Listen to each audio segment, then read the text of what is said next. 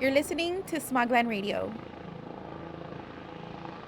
broadcasting from the hardware stores, ghetto birds, and secret pea corners of Los Angeles.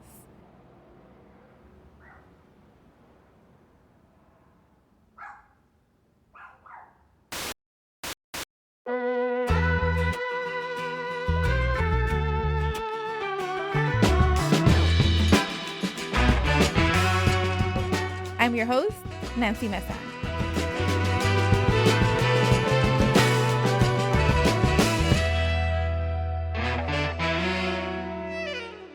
Welcome to a new episode of Smogland Radio, a production of LA Public Press. Each episode, we're going to go on a little journey across LA together. Remember that this is your news podcast about the city we all hate to love and love to hate. But first, Smogland Radio is made possible by our donors and supporters. And if you haven't done so yet, you can become a supporter at lapublicpress.org/donate. It's never too late. If LA Public Press dropped an album today, our hit single would be called Nowhere to Go. Why? Because in LA, when nature calls and you're out and about, there's literally nowhere to go. And we also know that the acronym for our newsroom literally means P. LAPP. And you know what? We're not even mad about it. And this week on Smogland Radio, we're leaning into our identity. We're LAPP, and we're dedicating this entire show to bathrooms. We're joined now in the studio by Maylin Tu, who's spent a lot of time looking into public bathrooms in LA and why we have so few of them.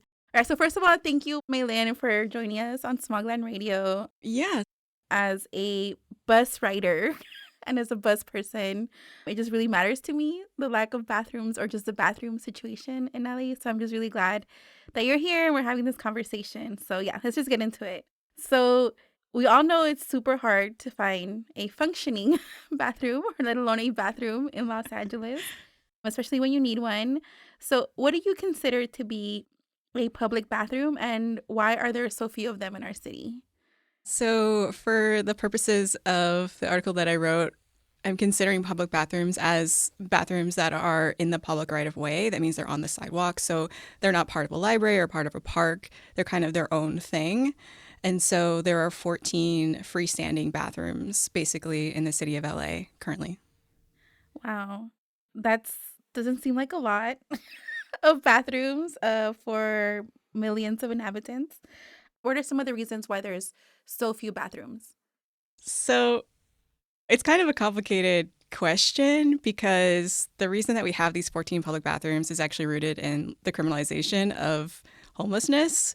And so if we go back to the late 90s, there were business interests, especially in downtown, like the business improvement districts and businesses that were really looking to criminalize public urination and defecation. The downtown business interests were trying to push homeless people out of Skid Row.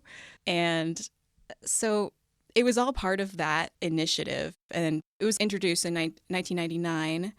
And then during the course of trying to introduce this new ordinance that would criminalize public urination, the city attorney basically came back and said, like, hey, like, if you want to do this, we need to show that there are bathrooms available. Otherwise, it's going to be really hard to actually prosecute in court because you need to show that there's a bathroom there. People will be like, well, I would have used a bathroom, but it wasn't there. Mm-hmm. So they sort of linked that ordinance to criminalize public urination to this contract that was supposed to bring more bathrooms to LA, but they ended up just passing it before any of the bathrooms were actually in service. The city council kind of like had the sense of urgency, and they were like, we need to pass this ordinance.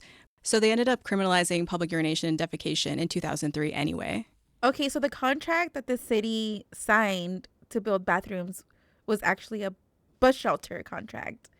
Can you tell me how that happened and how that works? It's kind of counterintuitive. Like, the contract was to build these like 150 public toilets, right? But the public toilets were being paid for through the advertising revenue from bus shelters. So in order for the toilets to get built, you need the advertising on the bus shelters. So if you don't build the bus shelters, then you're not going to get the toilets or the bus shelters, really. And then each individual council member also had the power to kind of like veto individual bus shelter locations. So they had to sign off on every single one. If they didn't sign off, the bus shelter would not get built. And so what would happen is like the permits would like come to them, and then they would just like sit there because there was no deadline, and the council member could just be like, like basically do nothing and block the bus shelter from being built.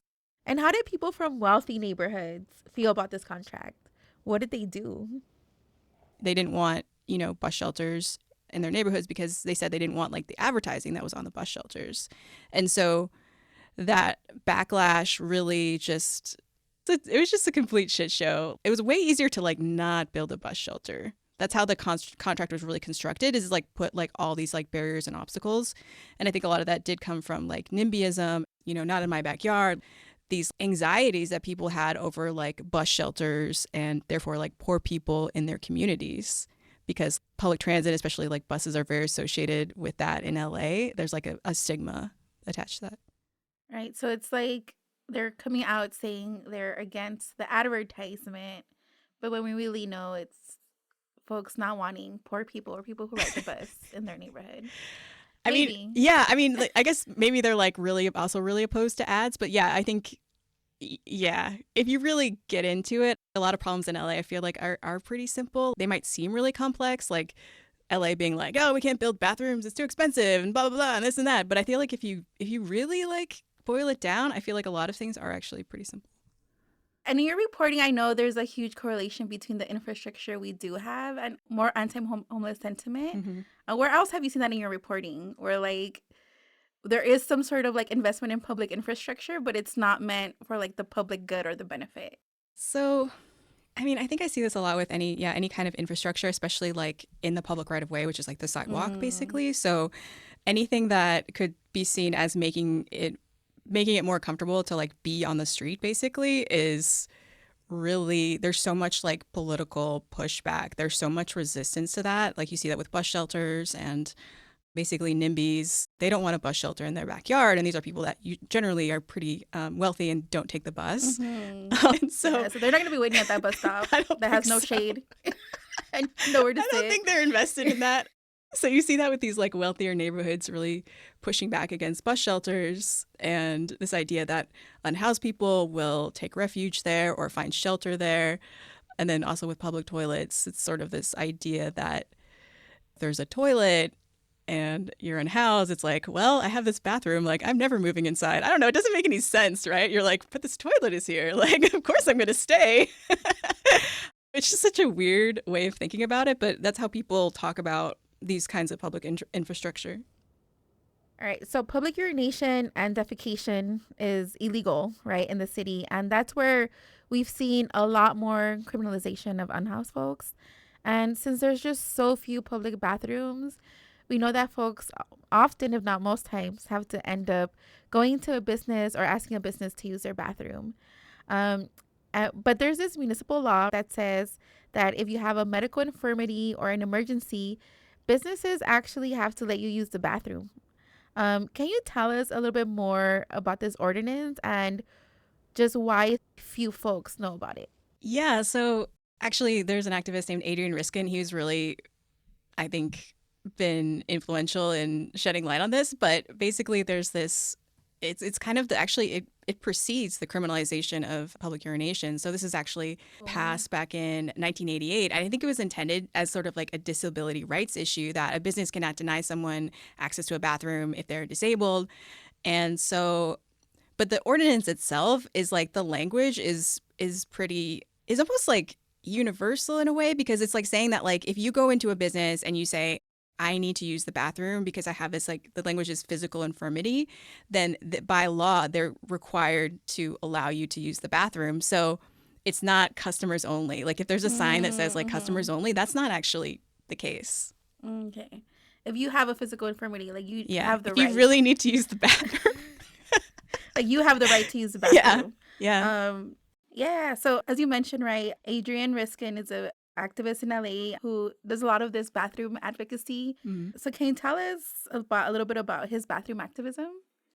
Yeah, so his group is called the Los Angeles Bathroom Liberation Front, which I think is a really cool name. So the idea is Hell to yeah. liberate the bathrooms. So what he does is he goes into businesses, or I think in one case it was like a bid, so it was a business improvement district, and he asks to use the bathroom, and he uses the language in the law, like because of a physical infirmity, I need immediate access, and then if they refuse, he just like hands them a copy of the law, and so it's more so like education, I think, and trying to like push back against the idea that bathrooms are only for customers or employees or like if you work there. Yeah. Wow. And we actually have a video of that. So let's bring up the audio. Hey, how are you? I need to use your bathroom if that's okay. Okay. Where you from? Excuse me? Where are you from? I'm from here. I mean, Like, are you a merchant or no, I'm a person from, from Los Angeles. do you have a business around here? No. Okay. You can't direct, but you can't use directions. Okay. Because of a physical infirmity, I require immediate access to restroom facilities. This is some information for you. What is this? I don't know what this is. So you're not going to let me use the bathroom? I don't know. The law says you have to. Well, if you're not a business owner around here, I can't leave. Well, the law says you have to. Do you want to talk to your supervisor? That's fine. You don't want to talk to... This is your final answer? Yeah. Wow. Just the fact that the woman is like, if you're not a business, you can't use the bathroom. Yeah, because I think it's like the business improvement district is where he went into. Yeah. Wow. One, I just think this is amazing that he's doing this because I'm telling you, like, I'm a bus rider and I hate when I have to go and you're just literally like trying to figure out who's the nicest person or where do I have a higher chance of getting to use the bathroom. So I would just hate like the fact that it gets so hard for folks, right? It gets so hard for people to just do a simple thing. So we know, right, that most people actually don't know about this law, unfortunately. And so how do Angelinos who don't know, right, about this municipal code, from your reporting and talking to folks, how do Angelinos cope with the lack of bathrooms? Where do they go? Where are people going if it's not these businesses? They are definitely peeing in the streets is my conclusion. And, you know, it gets really desperate. I think especially with COVID and stuff, a lot of bathrooms, even more bathrooms shut down. And so people were just like, they just didn't have any options. And so I heard one story, a woman she was working as a traveling nurse at the beginning of COVID. And so her strategy was to go to grocery stores during the day and then gas stations at night. And then if the gas station wouldn't let her use the bathroom, she would buy something and then pee into the plastic bag that she got with the purchase behind the gas station. And then sometimes she would be so desperate that she would like find one of those like construction porta potties at a site, like a locked one, and she would pee into a plastic bag next to the porta potty because she was so afraid of being arrested basically, and she wanted the cops to know that like it was an emergency. She's like, I am desperate, okay? Like, and I think just some of the stories were just like so fascinating. There was another person who like purchased a membership to LA Fitness, not to work out, but just because so she could use the bathroom when she was like traveling around the city for work and stuff. People are like buying these like travel potties, I think, that you can like keep in your car. It was just like stuff that I just had never thought about, and I just was really surprised. But yeah, I think people are out there definitely peeing in the streets for sure. Well, I feel like with only 14 bathrooms, like we are definitely peeing in the streets. It's dire. Yeah. And I know for me, right, I know like like I mentioned, like I'm a bus rider, so I have my little P map. Like, you know, like I like if like depending on what route I'm taking, like just because I've been on the bus my whole life, I just kind of know like, okay, if I like once I feel the need, I'm just like, okay, where am I? Like, and I assess the situation. And it sucks. I know like all of us here at LA probably have this P map of like we know our little dark corners, you know, or where when you go out, especially right assessing the situation where you could go. So it's good to know that I'm not the only one then that's out there peeing in dark corners or wherever we can. Yeah, I think. Yeah, there's this one toilet scholar, Brian Simon, who I interviewed, and his premise is that public bathrooms make map makers out of all of us. And so we all have this like mental map in our heads of like where you can use the bathroom. And depending on who you are, what you look like, your identity, like the map might be really full or it might be like very sparse. And so it's just really this like measure of inequality. And we just don't have the same bathroom maps or PMAPs. I like PMAPs better, actually. I'm all PMAPs. And it's true because I noticed like when I have my backpack with me, like I'm able to get into more places. It's like, oh, she's probably a student or things like that. But when I don't have my backpack, it is harder for me to get into places or like to use bathrooms. Like just imagine if your clothes aren't that clean or if you haven't been able to shower that day or, you know, if you're a black or brown person, it might be harder to access. Or your PMAP is definitely like altered because of racism, you know, and all those things. So it just sucks, right? Even our PMAPs are fucking unequal. Like equal PMAPs for all, yeah. Right? We all need equal access to go. All right. So I know that there's also this push in terms of like forcing small businesses or just forcing businesses to open their bathrooms, you know, kind of like through Adrienne Riskin's activism of just like having businesses know the actual law. Do you think that would work if we like force businesses to just be more open? Yeah, I mean, ideally, but yeah, I talked to another scholar named Laura Naren, and she said something that I thought was really interesting, is that it's not that we don't have enough bathrooms. There are plenty of bathrooms, but basically, if we try to require businesses to open their bathrooms, there would be just a lot of pushback and a lot of resistance, and it's really hard to sort of try to police that in a way. So, and unfortunately, I don't think that's like the solution. It's like a public issue and it's like for the public. And so really the city of LA should be stepping in and providing these things. But unfortunately, it's offloaded a lot of those like responsibilities onto the private sector. And you don't see this just with bathrooms.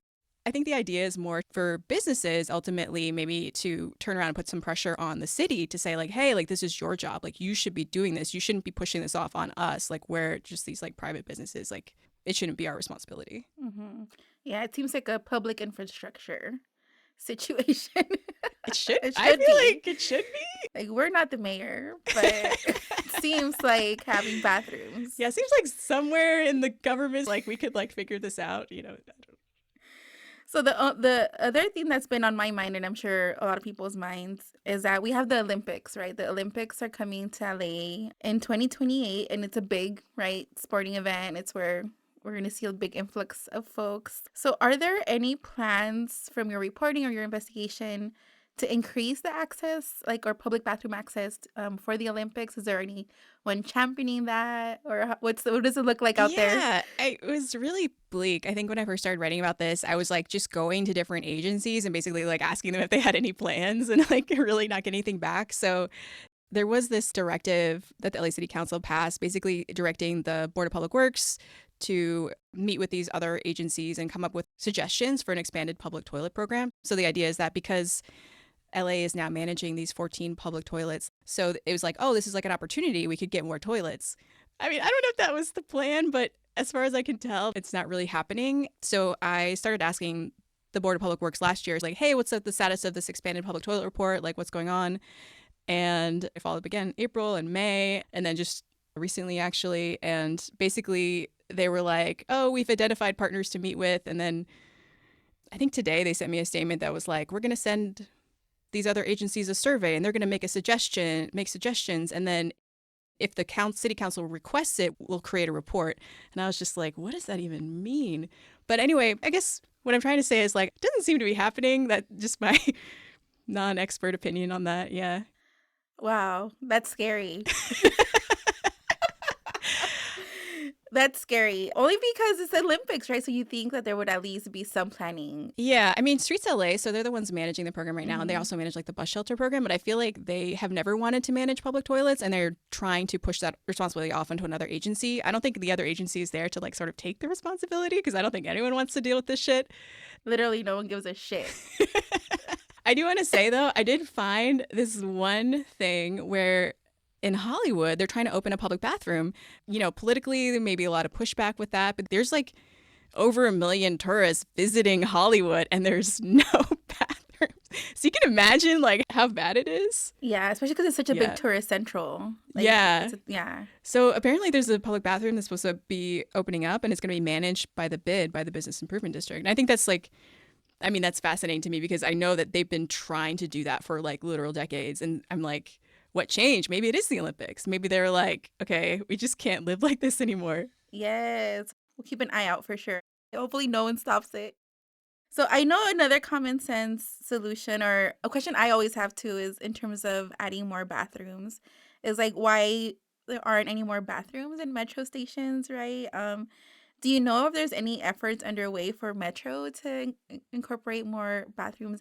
Yeah, that was a question that I had too, because I hear it a lot. I was like, people think that there should be bathrooms in metro stations, which I mean, I agree with. There are 3 locations that have them, but it's really like sparse. But yeah, so I did ask Metro. I said, "Hey, do you have any plans to add permanent bathrooms for the Olympics?" And there was actually kind of like a wish list of projects that they were going to do for the Olympics, and there were some bathroom facilities listed on that.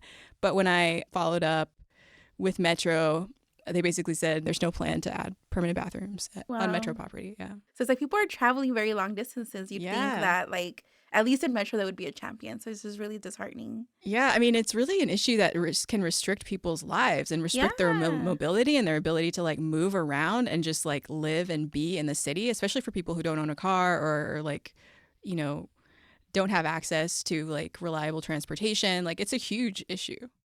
So I know, right, LA, our access to public toilets is terrible, right? With no plans really in sight for the Olympics. But compared to other cities, how bad is LA in terms of our access to public bathrooms, would you say? Yeah, I mean, I think it's pretty bad in the US in general. I think Iceland was the top bathroom haver. I think like LA, there was this like UK toilet supply site that did like a state of the bathrooms or something. And they said that LA had 189 public bathrooms total, and they got that from an app called P Place. I'm assuming that it just includes like other kinds of public bathrooms. So not just like these freestanding ones, but also like bathrooms in libraries or parks or maybe municipal buildings. So it's a larger number, but those are not like existing in the public right of way, like where everyone can use them. And so that worked out to roughly like 5 bathrooms per 100,000 people. Wow.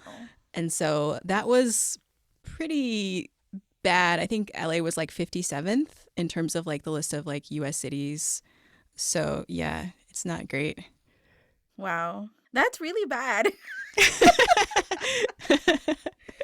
Okay, so I know another solution, right, in terms of like what could be possible solutions to our nowhere to go problem. Toilets where you have to pay.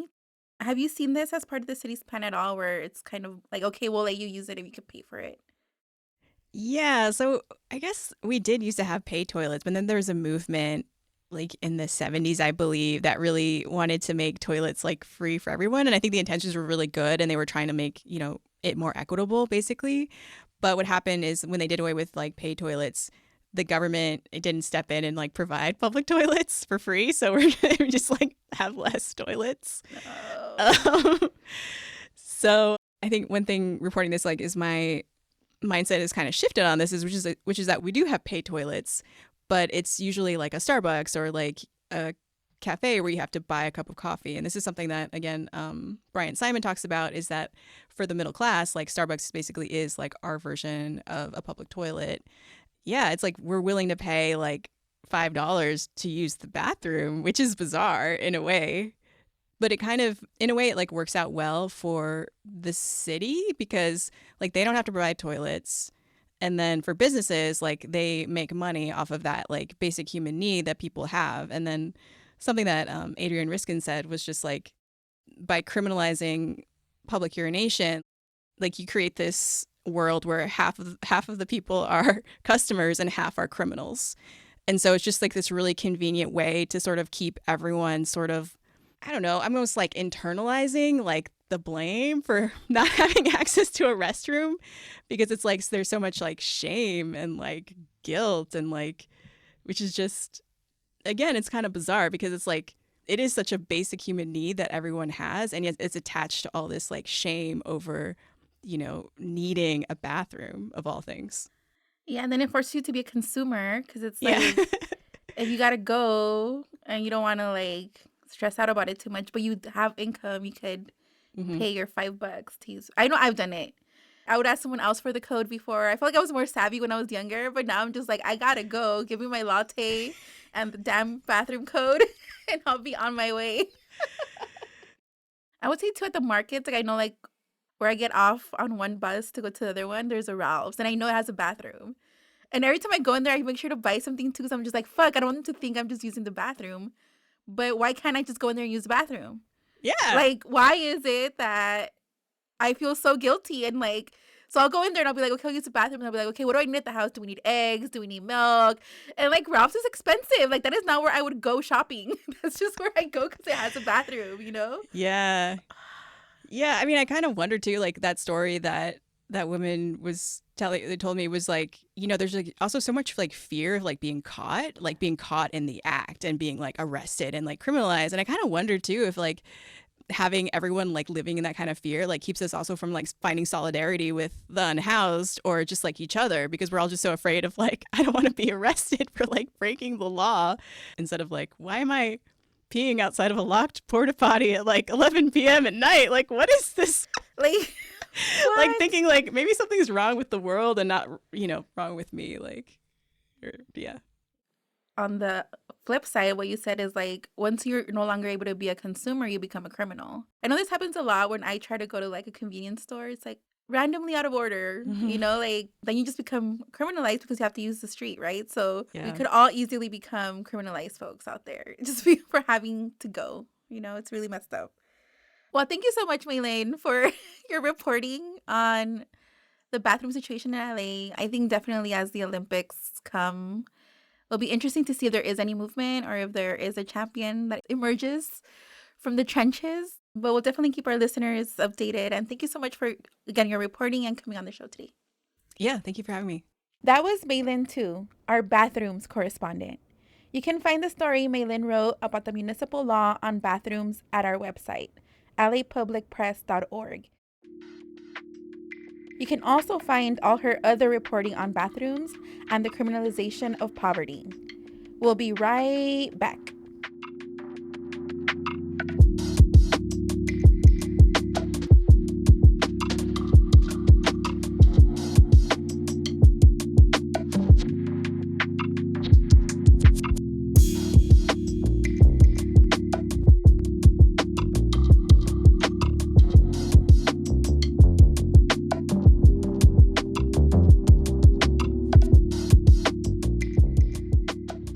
And last up on the show today, we've got a dispatch from Anzen. It's a hardware store on 1st Street in Little Tokyo. In a city dominated by Ace, Lowe's, and Home Depot, Anzen is one of the few actual mom and pop hardware stores that's still standing. It's the kind of place you could go in and have a long conversation with the owner about gardening shears or whatever. It's also got Japanese knives and other imported tools that you can't find in the big box hardware stores. But now it's closed its 1st Street location. Its longtime owner, Nori Takutani, is retiring. He had run the store since 1954, and community members threw him a party to celebrate his decades of service. Congratulations on your last day. The cookies? They have peanuts in them. Anzen is just the latest historic business to shut down in Little Tokyo in recent months. As you've heard on the show, our beloved Japanese restaurant, Suheido, is also closing just a few doors down. But it's not all bad news. Takatani has transferred ownership to Philip Hirose and his family, whose grandfather is actually the original owner of Anzen. The next door may not always be this busy, but so appreciative of the support and the love, and a lot of people have already pitched ideas of things that we can do, should do, or things that they would like to see. And I think that we're going to lead with that spirit, because we know that the store is the community's and not just ours. They're planning to reopen the store in Little Tokyo after a short break. We'll update you on that right here on Smogland Radio.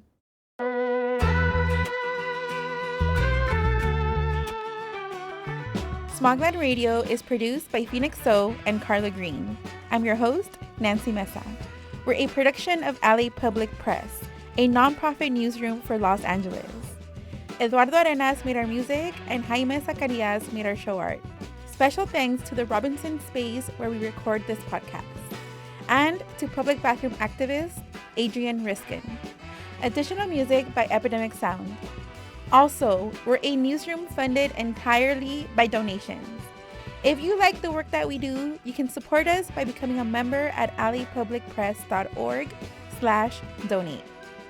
You can also support us by leaving a review on Apple Podcasts and telling your friends about us, or following us on social media. We're on all platforms at Alley Public Press. Thank you so much for listening. We'll see you right back here in a couple of weeks for our next episode. LAPP. LAPP. Okay. And we also know that our acronym for our new... Sorry. It's really hard to do without laughing. Okay, if you need to do it, you can do it off. I need to laugh it out. And then... Okay. Oh. We also know that the acronym for our newsroom literally means P. LAPP. Oh. And we're dedicating this entire show to bathrooms. Oh, so That is way better. I love that energy. That was great. Okay. You made it through without laughing, which is so impressive.